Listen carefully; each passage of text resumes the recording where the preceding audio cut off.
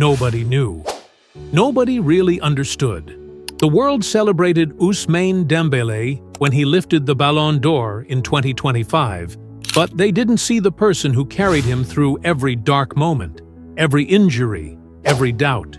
Before the stadium lights, before the cameras, before the applause, there was a woman, his mother. She held her son in her arms when he was just a child, and she carried him again, invisibly, when the world turned against him, when fans booed him, when critics laughed, when injury after injury kept him away from the field.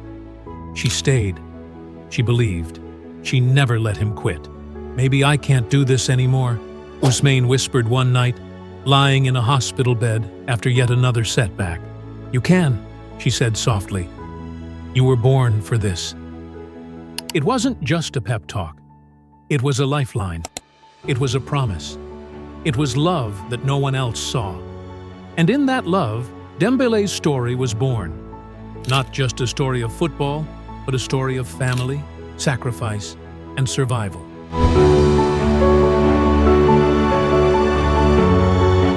Ousmane was just a boy in Vernon, France.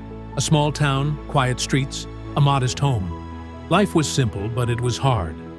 Bills needed paying, food needed cooking, work needed doing. And yet, in that small apartment, a dream was growing. His mother, Fatimata, worked tirelessly. Sometimes she took 2 jobs. Sometimes she went without food or comfort herself, just to make sure her children could eat and pursue their dreams. Ousmane's childhood wasn't about luxury or toys. It was about determination, about hope, about belief. He played in the streets with a worn-out ball. He played barefoot sometimes. He fell. He scraped his knees. He cried. And every time he did, his mother was there, not to stop him, but to push him forward. "Tu peux, mon fils," she whispered. "You can." His brother watched too. He became Ousmane's first teammate, first rival, first friend. He shared the sacrifices, sometimes giving up his own small pleasures so Ousmane could chase the ball. Together, the family formed a circle of belief that no amount of hardship could break. It was a foundation built on love, sweat, and quiet courage. And it was what would carry Ousmane through the hardest moments of his life.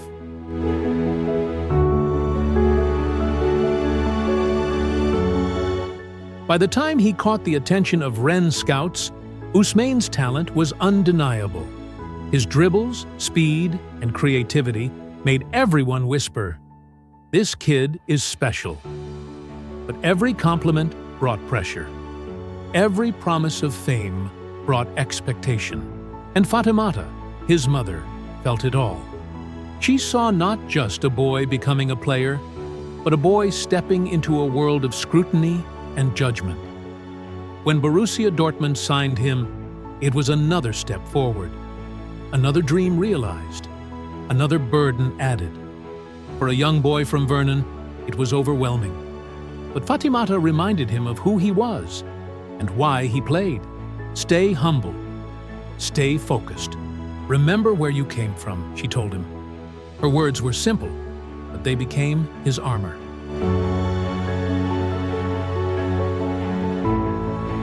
Then came Barcelona. The headlines, the price tag. 135 million euros, the weight of the world. For the fans, it was excitement, a new star to worship. For the media, it was a story of expectation, predictions, and inevitable criticism. For Ousmane, it was pressure he had never faced. And for his mother, it was terror. Because the higher you rise, the harder you fall. The injuries came. Hamstrings, thighs, tendons, each one sidelining him for months, and each time the world was ready to write him off. Too fragile. Never worth it. Waste of money. But his mother didn't see what the world saw. She saw a boy broken in body, but not in spirit. She saw a son who needed faith, love, and family more than anything else. Every injury was a battle, not just on the field, but in their hearts. And every time he wanted to quit, she refused to let him. "You are stronger than this," she said, "and I will be here every step."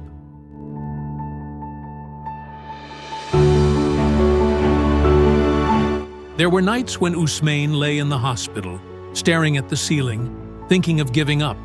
6 months out, another operation, the world doubting him, his body refusing to cooperate.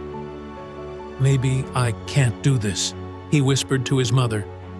And in that moment, she didn't cry in front of him. She didn't falter. She became the wall he could lean on. "You are not finished. You are just beginning," she said. His brother stayed by his side. His family surrounded him. Every insult, every rumor, every headline, they absorbed it all. They became the invisible shield that kept Ousmane standing when everything around him said to fall. It was a battle no one else could see. A battle of love, faith, and perseverance. Most people celebrate the players, the strikers, the midfielders, the goal scorers.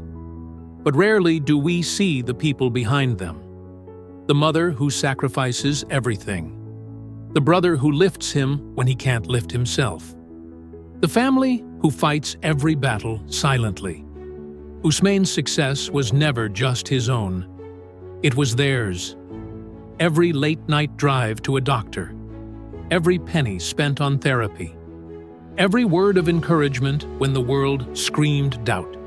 They were the backbone, the heart, and the soul of his story. Without them, the Ballon d'Or would have remained a dream, unreachable and empty.